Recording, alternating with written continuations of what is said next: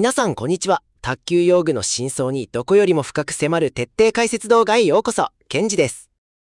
こんにちは、みさきです。今日も全国の卓球ファン、ブー御用達の選手の皆さん、そして用具マニアの皆さんが気になって夜も眠れないような熱いテーマをお届けしていきますよ。さてみさきちゃん、今日のテーマはズバリ、現在日本の卓球界だけでなく世界の卓球界を激震させているモンスターラバー、バタフライのディグニックス 09C です。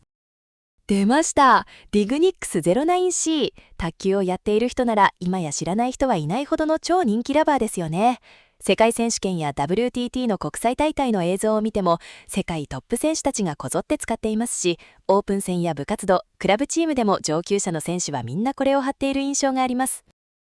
そうなんだよ。でもね、その圧倒的な性能と絶大な人気の一方で、今卓球界で最も深刻な問題になっているのが、どこに行ってもお店に売っていない、ネットで見かけても値段が高すぎるという異常なほどの品薄状態と価格の暴騰なんだよね。本当にそうなんですよ。私の周りの選手たちもショップを何軒も回ったのに在庫がどこにもないとか、大会前に張り替えたいのに手に入らないとか、ネットオークションで見たら定価よりはるかに高いプレミアム価格になっていて、とても手が出ないって絶望的な悲鳴を上げているんです。卓球専門の大型通販サイト卓球通販卓通などの入荷情報を見ても、入荷されたと思ったらわずか数分で即時完売。ヤフーショッピングや楽天場、あるいはメルカリやヤフオクなどの二次流通市場では、本来の実勢価格を大幅に超えるプレミアム価格で取引されているのが現実なんだ。どうしてそこまで品薄が続いているんですか？単に人気があるから品切れしているというレベルを超えていますよね。場所にそこなんだよ。メーカーが意図的に出し惜しみしてプレミアム感を煽っているんじゃないかとか、転売目的の買い占め集団のせいだなんて噂もささやかれているけれど、実はその背景にはメーカーやベテランプレイヤーが口を揃えては教えてくれない恐ろしいほどの構造的要因と用具の物理的真実が隠されているんだ。メーカーやベテランプレイヤーが教えてくれない真実？それって一体どういうことなんですか？めちゃくちゃ気になります。今回は信頼できる各種専門メディア、業界の市場データ、メーカーの公式プレスリリース、さらには専門店の検証ブログなどを徹底的に調査した分析レポートをもとに、なぜディグニックス 09C がここまで手に入らないのか、なぜ価格が暴騰しているのか、今後いつになったら普通に買えるようになるのかを余すところなく徹底的に解説していきます。これは卓球に関わるすべての人にとって必見の内容ですね。それでは最後までじっくりとお付き合いください。ケンジさん、まずは今回の調査レポートで判明したディグニックス 09C の品薄と価格高騰の全体像について、主要なポイントを分かりやすくまとめて教えていただけますか？よし、任せて。今回の調査で明らかになった結論を一言で言うなら、供給側の過渡期的な製造ボトルネックとグローバル市場における爆発的な需要、そしてプレイヤー側の心理的物理的メカニズムの誤解が複雑に絡み合った極めて根深い多重構造なんだ。単なる作ったら作った分だけ売れるという単純な需給バランスじゃなくて、メーカーの製造ラインの事情や海外市場との関係、さらにはプレイヤー自身の勘違いまで関係しているんですか？そうなんだ。大きく分けて今回のレポートで判明した重要ポイントは5つある。まず第一に、バタフライを製造する株式会社タマスの主力生産拠点バタフライテックでの新工場増設とライン改修工事だ。マイナビ2028の会社概要や砂内の鉄骨建築プロジェクト情報などからも明らかなように、中長期的な大増産に向けた大規模な工事の過渡期にあるため、一時的に生産ラインの稼働率に制約がかかっているんだよ。工場をこれからもっと大きくしようとしている際だからこそ、一時的に作れる量が限られてしまっているということですね。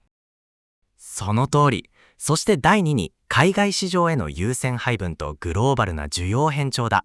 タマスは海外売上比率が 70% を超えるグローバル企業で、世界198カ国地域に展開している。特に中国や欧州でのディグニックス 09C 人気が爆発的で、国際的な供給義務や歴史的な円安環境もあって、生産された製品の多くが海外市場へ優先配分されているんだ。海外で売った方が企業としても利益が出やすいし、海外代理店との契約もあるから、日本国内に残る供給枠が極限まで削られているんですね。そして第3に、物理的メカニズムの誤解と過剰な買い替えサイクルだ。ラリースのレビュー記事や打球物理の観点から見ても、09C は44度の硬いスポンジと粘着シートを持つため、強いスイングスピードと正確なインパクトがないと進化を発揮できない。しかし、インパクト不足でボールが飛ばないアマチュア層が、ラバーが劣化したから飛ばないんだと誤認して、頻繁に買い替えるという過剰な購買サイクルが発生している。自分の技術やインパクト不足のせいなのに、ラバーの粘着やスポンジが傷んだから買い替えなきゃって思い込んじゃってるってことですか？まさにそれ。安藤第4に完全な代替品が存在しない構造的理由だ。TTS84 の志田検証ブログやライブドアブログ398のおもちゃ箱などでも語られている通り、開発コードナンバー209の粒形状と粘着シート、44度のスプリングスポンジ X の組み合わせは他社には真似できず、強烈なロックイン効果を生んでいる。他社のラバーじゃ代わりにならないから、どんなに手に入れにくくても、どんなに高くなっていても、09C を買い続けるしかないんだ。そして第5に、今後の市場見通しだ。短期的には今後6ヶ月から1年程度は厳しい状況が続くけれど、新工場が本格稼働する中長期的には供給能力が大幅に拡大し、品薄やプレミアム価格は解消へ向かうと予測されている。今回はこの5つの真相について1つずつ徹底的に深掘っていくよ。それでは現在の卓球市場におけるディグニックス 09C の異常な品薄状況について、具体的な数字や店舗の現場の状況から詳しく見ていきましょう。ケンジさん、実際の卓球専門店や EC サイトではどんなことが起きているんですか？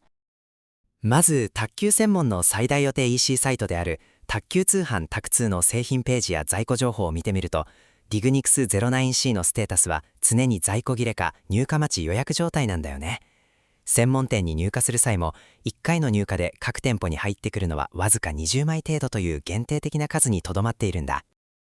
たったの20枚ですか？大きな卓球専門店や人気の通販サイト頼みだったら、入荷告知を出した瞬間に予約が殺到して数分で完売しちゃいますよね。そうなんだよ。埼玉角にある有名卓球専門店 TTS840 の公式ブログ、ディグニクス 09C 再入荷とプラスタック販売100枚突破といった記事を見ても、入荷告知が出た瞬間に全国から予約や問い合わせが殺到して即日完売するのが完全に当たり前になっている。場所に早い者勝ちの争奪戦ですね。本来ディグニックス 09C の実勢価格ってどれくらいなんですか？ディグニックス 09C はメーカー希望小売価格を設定しないオープン価格制を採用している製品なんだけど、従来の卓球専門店における標準的な実質実勢価格は税込み8550円から9405円前後で推移してきたんだ。ラバーとしては非常に高級な部類だけど、この価格帯であれば正規の取扱店で安心して買えていたわけだね。9000円前後でもラバー1枚の価格としては最高峰ですが、今はその適正価格で手に入れることすら困難なんですよね。そう、専門店や主要オンラインショップで欠品状態が長期化している結果、試合が近い選手や今すぐ用具を張り替えたい競技者たちが定価以上であっても買わざるを得ないという異常事態に追い込まれているんだよ。正規店で定価相当で買えないとなると、一般のネット通販モールやフリマアプリではどれくらいの値段で取引されているんですか？実際の市場データを分析した詳細な一覧表があるんだけど、これを見ると衝撃を受けるよ。Yahoo ショッピングの検索結果や楽天市場、価格 .com などの大手価格比較サイトのデータを分析すると、一般の主要 EC モールでは10200円から13900円程度まで価格が跳ね上がっているんだ。へえ、一般的な EC モールで13000円超えですか？標準的な実勢価格より4000円以上も高くなっているじゃないですか。さらに凄まじいのが二次流通市場や一部の並行輸入品市場だ。フリマアプリやオークションサイトでは1枚あたり1万3000円から1万8000円、場合によっては1万8776円という信じられないようなプレミアム価格で出品取引されている例が確認されているんだよ。1万8000円オーバー？ラバー1枚でですか？高級ラケット本体が買えちゃうような恐ろしいお値段ですよ。まさにそうだよね。専門店や正規取扱店では8550円から9405円で限定入荷即日完売。主要 EC モールでは在庫を持っている店舗が価格を引き上げて1万2000円から1万3900円。そして二次流通や並行輸入では1万5000円から1万8776円超というものすごい価格乖離が発生しているんだ。どうしてここまで価格が暴騰してしまうでしょうか？それは供給量が圧倒的に不足している中で、いくら高くても欲しいという強い需要が存在するからだ。その背景には、単に転売目的で買い占める人間の存在だけでなく、ユーザー側がディグニクス 09C じゃなきゃ勝てない、高くても買わなければならないと思い込ませられている強力な需要構造があるんだよ。ここからがディグニックス 09C にあるメーカーやベテランプレイヤーが教えてくれない用具と技術の真実という非常に奥深いテーマですね。ケンジさん、打球物理の観点から見るとどんな真実があるんですか？ここは全卓球プレイヤーにぜひ知ってほしい部分だね。まず、多くのベテラン層や一般プレイヤーの間には、粘着ラバーは回転がかかるからドライブが安定してコートに収まる。高いラバーを使えば相手の威力あるボールにも打ち勝てるという絶対的な信仰が存在するよね。あります。粘着テンションを使えば勝手に回転がかかって相手の強打も簡単に押し返せるって信じている人すごく多いです。でもね、卓球専門メディアラリーズのディグニックス 09C の性能を徹底レビューや打球物理の力学メカニズムを分析すると、全く違う衝撃的な真実が見えてくるんだ。粘着性シートというのは、ボールの表面摩擦力を高めて回転エネルギーに変換しやすくする反面、粘着成分特有の粘性抵抗によってボールの衝突エネルギーを物理的に減衰、つまり吸収してしまう特性を持っているんだよ。衝突エネルギーを吸収しちゃう？それってつまり、ボールの飛距離や勢いを物理的に殺してしまうということですか？場所にその通り。粘着シート自体はそのまま打つとボールの飛距離を奪うブレーキの役割を果たしてしまうんだ。普通のテンションラバーならポンと当てるだけで自動的にボールが跳ね返るけれど、粘着ラバーはシートの粘着力がボールをつかみすぎるせいで打球のエネルギーロスが発生するんだよ。回転がかかりやすい反面、物理的にはボールの勢いを殺すブレーキがかかっているなんて目から鱗です。ブレーキがかかる粘着シートなのに、どうしてディグニックス 09C はあんなに威力の高い爆発的なボールが出るんですか？そこがディグニックス 09C の最大の技術的革新であり、同時に難しさでもあるんだ。ディグニックス 09C の凄さは、粘着シートの下に配置されたスプリングスポンジ X との組み合わせにある。しかもこのスポンジの高度はなんと44度。これはバタフライのラバーラインナップの中でも相当硬い部類に入るんだよ。44度、かなりの硬質スポンジですね。そう、粘着シートのエネルギーロスを克服し、この44度の硬いスプリングスポンジ X を極限まで食い込ませて爆発的な弾みとスピードを生み出すためには、強いスイングスピードと正確で強いインパクト、衝撃力が絶対条件になるんだよ。つまり、ラバーの硬さに負けないだけの強いインパクトで打たないと、スポンジがしっかり潰れてくれなくて弾まないってことですか？場所にその通り。十分なフィジカルやスイングスピードを持たない一般競技者がディグニックス 09C を使うとどうなるか。打球エネルギーが粘着シートの粘性と硬いスポンジに吸収されてしまって、ボールが飛ぶ前に失速する浅いチャンスボールになって相手に狙い撃たれるという現象が起きるんだ。うわー、高いお金を払って最高級ラバーを買ったのに、自分のスイングスピードやインパクトが足りないせいで逆にボールが弱くなっちゃうなんて皮肉すぎますね。スイングスピードやインパクトが足りなくて、ボールが浅くなったり失速したりしているのに、使っているプレイヤー自身はその原因に気づかないんですか？ここが一番恐ろしい心理的罠なんだよ。自分のスイングスピード不足やインパクトの甘さが原因でボールが飛ばなくなっているのに、プレイヤーの多くは、ラバーの粘着が落ちてきたから飛ばないんだ。スポンジがへたってきたのかな。今回の答えは外れだったかもしれない。と誤認してしまうんだ。自分の技術不足やフィジカルのせいじゃなくて、ラバーの劣化や個体差のせいにしちゃうんですか？そうなんだよ。買ったばかりの時はもっと飛んだ気がする。実際は調子が良くて触れていたか、相手のボールの威力を利用していただけ。最近ボールが浅くなるのはラバーの寿命だと思い込んで、絶えず新しいディグニクス 09C を買い求め続けるという過剰な購買サイクルに陥っているんだ。それって本当はまだ数ヶ月は十分に使える状態のラバーなのに、勝手に劣化だと勘違いして新しいのを買っちゃってるってことですよね。その通り、不必要な頻度で買い替えを行ってしまう。このアマチュア層の誤解に基づく過剰なリピート需要が市場の品薄感をさらに人工的に増幅させている大きな側面があるんだよ。特にベテランプレイヤーや熱心なアマチュア層ほど、そういう用具への依存や絶対的信仰が強いんでしょうか。場所に、そうなんだ。バタフライ公式の卓球レポート、トップ選手が語るディグニクス 09C オフチャロフ編などのインタビューを読むと、オフチャロフ選手のような世界の超トッププロが素晴らしい回転量と高いコントロール性能だと絶賛しているよね。これを見た一般プレイヤーたちは、トッププロが使う最高峰のラバーを使えば自分のプレーも飛躍的に良くなるはずだという強力な信仰を持つようになる。プロが使っている最高級品だから間違いないという心理ですね。でもプロ選手と一般アマチュアではインパクトの強さが決定的に違う。プロは44度のスポンジをいとも簡単に潰して強烈な威力を出せるけれど、一般層ではスポンジを食い込ませきれない。それなのにディグニックス 09C を使っている自分というステータスに満足してしまい、パフォーマンスが落ちるとラバーのせいにしてすぐ買い替える。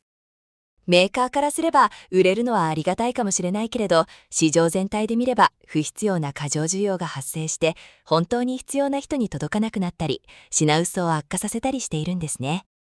卓球専門店にはディグニクス 09C が手に入らないから代わりに使えるラバーはないかという問い合わせが殺到していると聞きますが、実際はどうなんですか？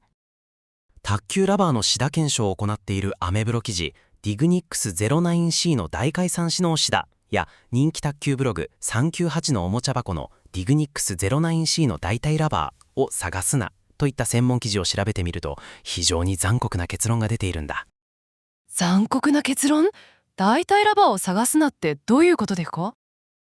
結論から言うと、完全な代替品は市場に存在しないのが技術的な真実なんだよ。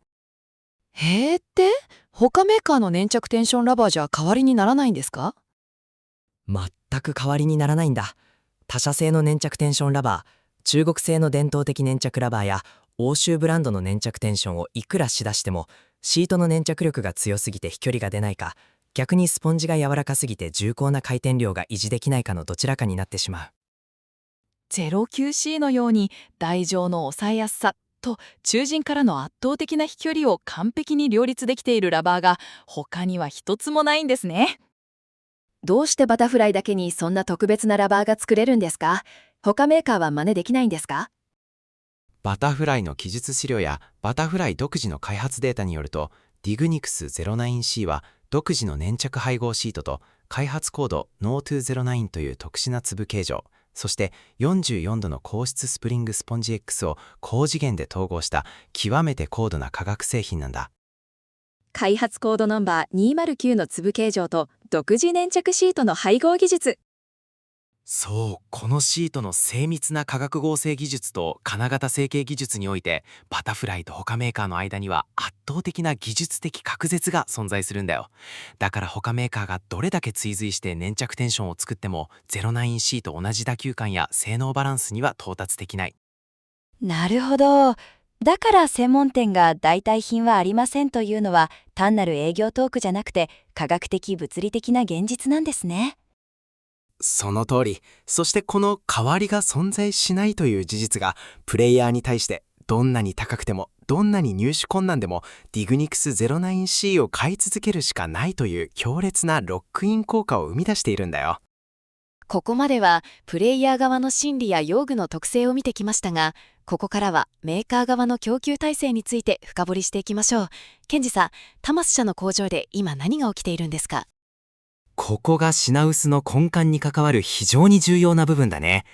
株式会社タマスは埼玉県所沢市にある主力生産研究開発拠点バタフライテックにおいて、新工場の建設及び既存製造ラインの拡充・リニューアル工事を推進しているんだ。新工場の建設と既存ラインの拡張ですか？マイナビ2028のタマス会社概要やスノウチの鉄骨建築プロジェクト情報、さらにノートの取材記事などの各種公開情報を確認すると、この大型プロジェクトの全貌が見えてくる。ノートの記事では建設地にあった雑木林の伐採材を活用してベンチや卓球台を作るという持続可能性や CSR に配慮した素晴らしい取り組みも紹介されていましたよね。そう、環境に配慮しながら中長期的なグローバル市場での卓球用具の需要爆発に対応するために、タマス社は過去最大規模の生産能力強化を図っているんだよ。工場を大きくして増産しようとしているなら、どうして今は品薄になっているんですか？そこが過渡期の難しいところなんだ。高度な化学合成と精密な金型成形技術を要する高性能卓球ラバーの製造プロセスにおいては、新工場の導入や既存ラインの改修期において、一時的な操業停止や試運転、そして徹底的なぶどまり、良品率管理の最適化作業が不可欠となるんだよ。新しい機械やラインを入れたからといって、今日からすぐに 100% のスピードでポンポン作れるわけじゃないんですね。その通り、最高品質を維持するには、ほどまり管理を徹底しなければならない。だから工場増設という将来の大増産に向けた準備期間である今、一時的に物理的な生産能力が制約されて、市場の需要に対して供給が追いつかないボトルネックが発生してしまっているんだ。将来たくさん作るための準備工事中だからこそ、今まさに一番作る量が落ち込んでしまっている場所に過渡期のタイミングなんですね。工場の生産能力が一時的に落ちているとしても、日本国内のショップに全然入ってこないのはなぜでしょうか？ここからが今回のレポートで最も重要なグローバル収益構造の話になるよ。マイナビ2028のタマス会社概要データによると、タマスは全体の売上高のうちなんと約7割以上 70% 以上を日本国外の市場で獲得している超グローバル企業なんだ。へえ、売上の7割以上が海外なんですか？日本のメーカーだから日本市場がメインだと思っていました。世界198のカ国地域に商品を展開していて、欧州やアジア、北米などに強力な現地法人や正規総代理店網を持っている。これらの海外代理店とは中長期的な年間供給保証契約を結んでいるんだよ。ということは、工場の生産量が減ったからといって海外への出荷を止めて日本国内に回しますなんてことはできないんですか？絶対にできない。全売上利益の7割以上を支えてくれる海外市場や国際代理店への配分をカットしたら、企業としての信頼を失い、世界シェアを他社に奪われてしまう。だから限られた総生産量の中から、まず海外向けのアロケーション、配分枠が優先的に確保される構造になっているんだ。特に海外のどの国でディグニックス 09C がそんなに爆発的に売れているんですか？なんといっても中国市場だよね。中国でのディグニックス 09C 人気は卓球業界のゲームチェンジャーと言われるほどのインパクトがあったんだ。中国といえば伝統的にカチカチに硬い中国製粘着ラバー、強氷等を好むイメージがありますよね。まさにその中国の競技者たちがディグニックス 09C を試した瞬間、驚愕したんだよ。粘着ラバー特有の強烈な回転量と台上の抑えやすさがあるのに、スプリングスポンジ X のおかげで中陣からでも今まで見たことがないスピードと高い弾みが出るってね。中国のトップ選手から広大な人口を抱えるアマチュア競技者層まで一気に普及したわけですね。そう、中国は卓球人口が桁違いに多いから、中国市場でヒットすると必要とされる枚数が何十万枚、何百万枚という単位になる。この中国市場での激増が世界的品薄の決定打になったんだ。欧州市場などでも同じように人気が高まっているんですか？欧州でもすごいことになっているよ。バタフライ公式のトップ選手が語るディグニクス 09C オフィチャロフ編をはじめとするウェブコンテンツを見てもわかる通り、ドイツのレジェンドであるティモ・ボル選手やディミトリ・オフィチャロフ選手といった世界トップ選手たちが相次いで 09C を採用し絶賛したんだ。WTT などの国際大会で世界のトップ選手たちが 09C を使って素晴らしいプレーを見せたら、世界中のファンや一般選手が欲しくなっちゃいますよね。場所に世界最高峰のラバーとしての指名買いが定着したんだ。欧州、中国、東南アジア、北米、全世界からの注文が所沢のバタフライテック一箇所に殺到している状態なんだよ。メーカーが海外市場を優先するのには、契約上の問題や需要の多さ以外に経済的な理由もあるんでしょうか？ここが非常にリアルで鋭いポイントなんだけど、近年の歴史的な円安環境が大きく影響しているんだ。円安ですか。為替がラバーの品薄に関係しているんですか？大終わりなんだよ。タマスが海外向けに出荷する場合、取引は人民元、ユーロ、米ドルなどの外貨建てで行われる。円安の局面では外貨で売り上げたお金を日本円に換算した際、売上高も粗利益率、利幅も飛躍的に向上するんだ。同じ1枚のラバーを売るにしても、日本国内で日本円で売るより海外へ輸出して外貨で売る方がメーカーにとって利益、利幅が圧倒的に大きいんだ。企業戦略として合理的に考えれば、生産量が限られているなら自国通貨建ての国内販売に比べて相対的収益性が極めて高い海外市場へ優先的に生産量を割り振る力学が強く働くよね。なるほど。工場で作られる総生産量が限られている中で、海外市場への優先配分が強化された結果、どうなるかが見えてきました。そう、所沢工場の改修期における限定的な総生産量から海外向けの優先割当枠、海外売上7割維持、円安メリット追求を差し引いた国内残留供給枠が極限まで圧迫されるというメカニズムが発生しているんだ。これが日本の卓球専門店や EC ショップで一度の入荷がわずか20枚程度にとどまり、入荷即日欠品を繰り返す事態の真相だったんですね。場所にその通り、単なる国内の需要超過ではなくグローバルな構造問題なんだよ。国内の供給が絞られている上に、世界的な社会情勢も影響しているんでしょうか。そうなんだ。世界的な地政学的リスクや紛争に起因する国際物流ルートの迂回、遅延、そして原材料調達コストの上昇というマクロ経済環境も生産供給管理に悪影響を及ぼしている。ラバーを作るための原材料が入ってきにくくなっているんですか？卓球ラバーには高品質な天然ゴムや合成ゴム、特殊な化学添加剤、さらにはパッケージ資材などが使われているけれど、これらの調達リードタイムが長期化しているんだ。そのため工場の柔軟な増産計画が阻害され、供給不足の慢性化に拍車をかけているんだよ。ここからは視聴者の皆さんが一番知りたい今後の市場予測について解説していただきましょう。ケンジさん、短期的な展望、今後6ヶ月から1年程度はどうなりそうですか？短期的には所沢本工場バタフライテックにおける新工場施設の完全稼働及び生産ラインの最適化調整が完了するまで爆発的な供給量の拡大を期待することは困難だと言わざるを得ない。海外市場からの旺盛な需要と円安基調が維持される限り、海外優勢のアロケーション構造は続きますもんね。残念ながらそうなる。正規取扱店での実勢価格は税込み8550円から9405円の適正水準が維持されるものの、ネット通販やフリマアプリ等における転売・非正規流通価格は1万1000円から1万5000円を超える高水準で高止まりを続けると予測されるよ。では中長期的、新工場本格稼働後にはどう変わっていくのでしょうか。希望はありますか？安心してほしい。中長期的には確実に品薄解消へ向かうよ。所沢の新工場が本格稼働を開始し、拡張された製造ラインが安定運用期に入ることで、タマス全体のラバー生産能力は飛躍的に向上する。生産能力が抜本的に拡充されれば、海外需要を満たしつつ、日本国内市場への出荷割当枠を大幅に拡大できるようになりますね。そう、国内供給量が正常化すれば、二次流通市場における不当なプレミアム価格は速やかに収束し、製品価格は正規取扱店の標準実勢価格帯に修練していく見込みだ。最後に全体の総括をお願いします。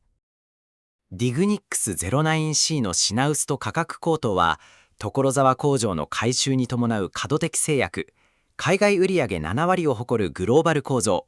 中国欧州での需要激増、円安価の外貨販売の優位性、代替品が存在しない構造とプレイヤーの心理的依存が複合的に重なった結果だった。新工場の全面稼働により供給能力は確実に回復する。焦って高額な転売品を買わず、正規店の再入荷を待つのが一番賢い選択と言えるね。ディグニックス 09C の真実がよく分かってすっきりしました。それでは今回の解説はここまでとなります。ご視聴ありがとうございました。ご視聴ありがとうございました。